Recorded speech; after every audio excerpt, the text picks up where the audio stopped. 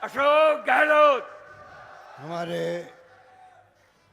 Akhil Bharatiya Congress committee अध्यक्ष परम श्रद्धेय मल्लिकार्जुन खड़गे साहब, हमारे प्रदेश कांग्रेस के अध्यक्ष भाई गोविंद सिंह दोतासा जी, सांसद व CWC के मेंबर नासिर हुसैन साहब, AICC के सेक्रेटरी प्रणब झा साहब, श्रीमती उषा नायडू जी, विंद्र राठौड़ जी, हमारे जिला अध्यक्ष सलीम खान साहब, नरेश जोशी जी, हीरालाल मेघवाल जी, जोधपुर ग्रामीण के अध्यक्ष कुंती देवड़ा, हमारी मेयर साहिबा राजेंद्र सोलंकी जी, रमेश बोराना जी, वैभव गहलोत जी, हमारे पूर्व अध्यक्ष वरिष्ठ नेता सैयद अंसारी जी, सम्मानित मंच उपस्थित तमाम हमारे उम्मीदवारगण बैठे हुए हैं, मनीषा पवार जी, शहजाद खान, सूर सागर, श्रीमती मीना कंवर शेरगढ़ और कृष्णाराम जी लोहावट और सुश्री दिव्या मैराना,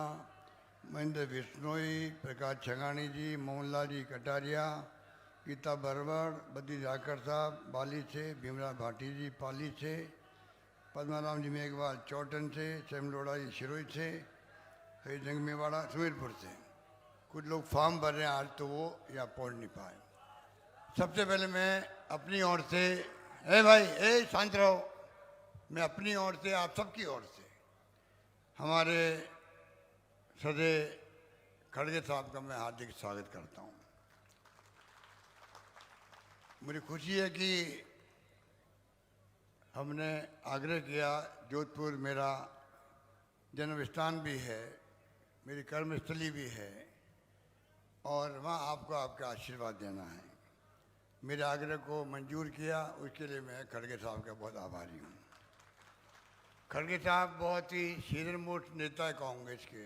मेरे ख्याल से आज के वक्त में सबसे सीनियर नेता कांग्रेस में कोई है, उनका नाम मल्लिकार्जुन खड़गे साहब है। अभी हम बात कर रहे थे, जब मैं NSU में था 74 के अंदर, तब खड़गे साहब ने शिक्षा मंत्री के रूप में कर्नाटक में काम किया। शिक्षा मंत्री के रूप में 74 में, 50 साल पहले। तो आप सोच सकते हो कि कितने सीनियर मोस्ट 11 बार बने होंगे, लगभग पार्लियामेंट मेंबर बने होंगे, MLA रहे होंगे और लंबा राजनीतिक जीवन जिया इन्होंने। ये गरीब परिवार से, मुख्य बात ये गरीब परिवार से, झोपड़ी से उठ कर के जो परिवार बाहर निकला, उन्होंने आज जो सबसे सम्मानित पद है देश का कांग्रेस के लिए, अखिल भारतीय कांग्रेस कमेटी अध्यक्ष, उस पद पर आप पहुंचे हैं।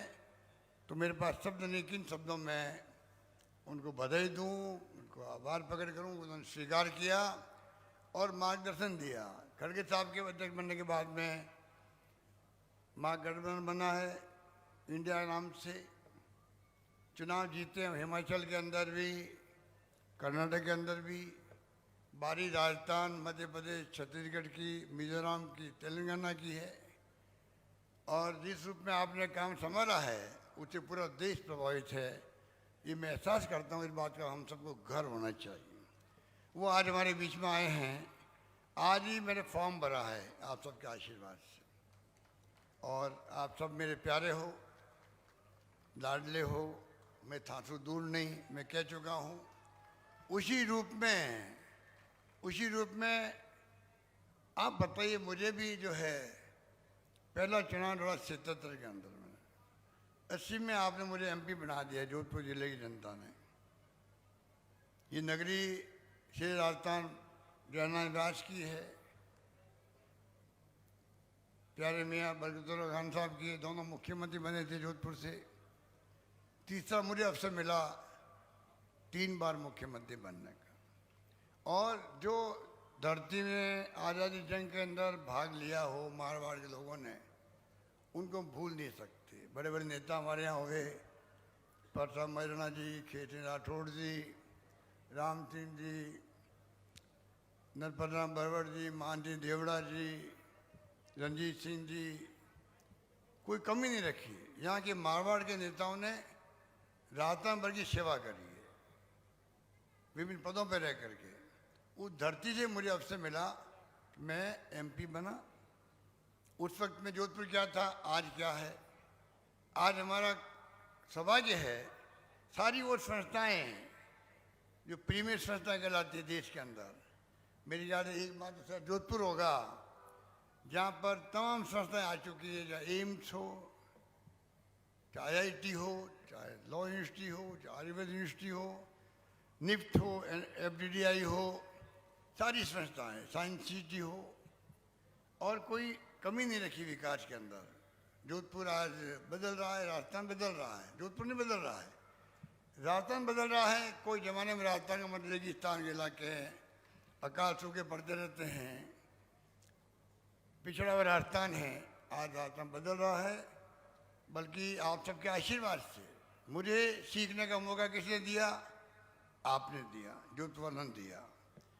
मेरी कर्मभूमि जोधपुर रही। गांव-गांव में, ढाणियों में जहाँ अकाल पड़ते थे, सूखे पड़ते थे, बचपन से ही मैं जाने का मुझे शौक़ था। तो आज जो कुछ मैंने कलम चलाई राजस्थान भर के प्रदेशवासियों के लिए, उसका श्रेय आपको जाता है। आज जो अगर तारीफ होती है हमारी स्कीमों की, अभी हमारे अध्यक्ष जी तारीफ कर रहे थे, दुतासा जी, तो अनुभव कहाँ का है? अनुभव जोधपुर की धरती का है, जोधपुर के पानी का है, जोधपुर के लोगों का है। ये अनुभव ने मुझे सिखाया किस प्रकार से काम करना, वो मैं कभी भूल नहीं सकता। अकाल सूखे पड़ते थे, हम जाते थे, पीने का पानी का संकट जोधपुर के अंदर, ट्रेन से पानी लाया करता था, ट्रेन गाड़ी से पानी आता था। एमरजेंसी योजनाएं बनाई गई थी उस जमाने के अंदर। नई पीढ़ी को नहीं मालूम है क्या क्या तकलीफ होती थी यहाँ पर, वो सब जमाना था। राजीव गांधी आज नहीं रहे दुनिया में, आज Indira Gandhi canal, Rajiv Gandhi lift canal आ गई, आराम हो गया।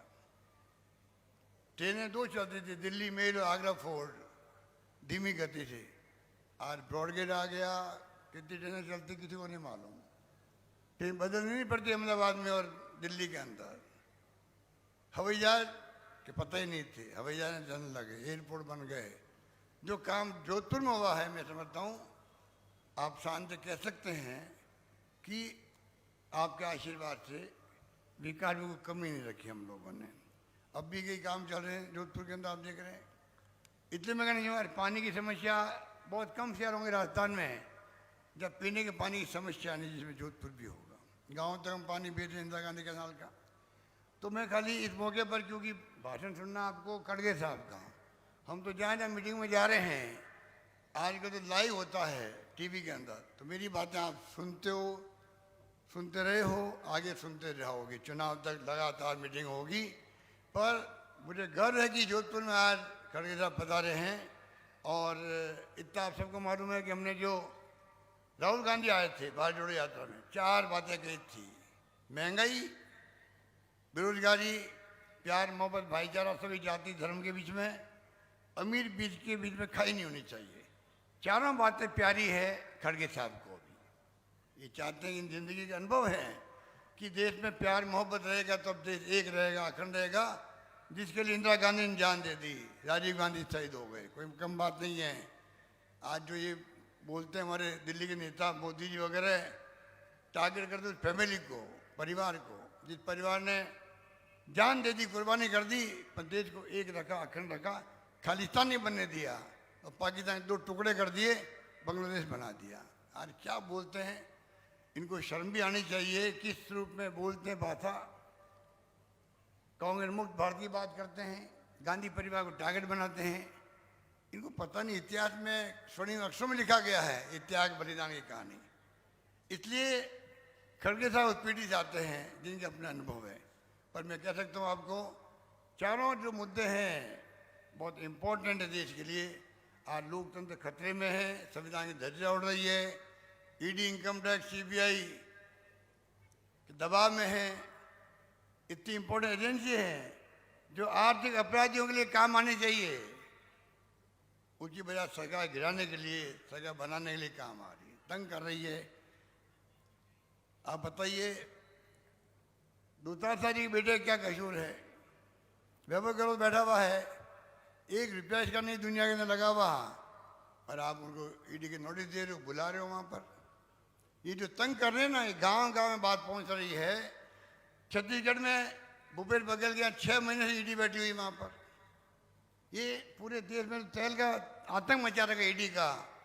ईडी, इनकम टैक्स, सीबीआई की क्रेडिबिलिटी खत्म करें लोग, और आप देखना ये मुद्दा बनेगा इन चुनाव के अंदर। लोग बर्दाश्त नहीं करेंगे कि आप निर्दोष लोगों को जाके तंग करो, घरों में घुस जाओ। दोता से गए ईडी वाले, एक सवाल इनसे नहीं पूछा, दिन भर बैठे रहे वहाँ पर, क्या तुकता हो जाने का। इस प्रकार से जानबूझ के कांग्रेस नेताओं को तंग कर रहे हैं, इकोनॉमिक ऑफेंडर की परवाह नहीं कर रहे हैं। डाइवर्ट कर दिया इनका काम जो था ईडी का, इनकम टैक्स, सीबीआई का। तो कहने को बहुत सारी बातें हैं, मैं इतना ही कहना चाहूँगा। हमारी 10 योजनाएं हैं महंगाई राहत शिविर की, घर घर में पहुँची है, बल्कि इम्प्लीमेंट हो गई। लोग बहुत इम्प्रेस उससे गाँव गाँव के अंदर। वो मैं गिनूंगा नहीं, आप सबको मालूम है। 7 गारंटी हमने दी है, वो चर्चा है पूरे देश के अंदर। और हमारे प्रोग्राम जो कानून बनाए, अभी अध्यक्ष ने बता दिया आपको, किसानों के लिए हो चाहे वो युवाओं के लिए हो, जो कुछ संभव था हमने 5 साल में करने का प्रयास किया। 2 साल कोरोना में निकल गए। कोरोना के प्रबंधन की तारीफ पूरे देश के अंदर हुई है। राजस्थान के कोरोना प्रबंधन भीलवाड़ा मॉडल WHO तक ने तारीफ करी है। और ये भी मैं कहना चाहूँगा कि केरला में गया था। केरला में सरकार 70 साल में एक बार कम्युनिस्ट पार्टी की, एक बार कांग्रेस के नेतृत्व वाली सरकार बनती थी 70 साल तक। इस बार उन्होंने बदल दिया। उन्होंने कहा इतना अच्छा काम किया सरकार ने कोरोना में, इसलिए वापस कम्युनिस्ट पार्टी सरकार रिपीट कर दिया। अगर केरला में कर सकते हैं, मुझे पूरा यकीन है। माई बाप तो जनता ही होती है। देखिए, फैसला आपको करना है, प्रदेश की जनता को करना है। मुझे एहसास होता है कि इस बार कोरोना का शानदार मैनेजमेंट, इतनी सारी हमारी स्कीमें, 25 लाख का बीमा हिंदुस्तान में गई हैं, और पूरी पब्लिक के लिए इलाज का राइट टू हेल्थ का कानून बना दिया हम लोगों ने। ओपीएस लागू कर दी कर्मचारियों के लिए। हमने 7 वादे किए, उसमें हमने कहा हम ओपीएस एक्ट बनाएंगे, सरकार बनेगी तो हमारी। 7 गारंटी हमने नहीं दी अभी। जो आपको मालूम है, गैस सिलेंडर 500 रुपये का दायरा बढ़ा रहे हैं, गोधन गारंटी योजना ला रहे हैं छत्तीसगढ़ की तरह गोबर के लिए, इंग्लिश मीडियम स्कूल। खड़गे साहब ने भी बताया मुझे, इन्होंने ये प्रयोग जो गोविंद दोतासर जी ने किया अभी एज ए शिक्षा मंत्री, वो प्रयोग खड़गे साहब बता रहे थे 74 के अंदर इंग्लिश स्कूलें खोली गई वहाँ पर कर्नाटक के अंदर। लोगों ने कहा आप इंग्लिश में क्यों ध्यान दे रहे हो, कन्नड़ की बात क्यों नहीं करते हो। आज गांव गांव हमारी स्कूल चल रही है। हमारे बच्चे आने वाले वक्त में देखेंगे, आप नाम करेंगे राजस्थान का, देश के अंदर, दुनिया के अंदर।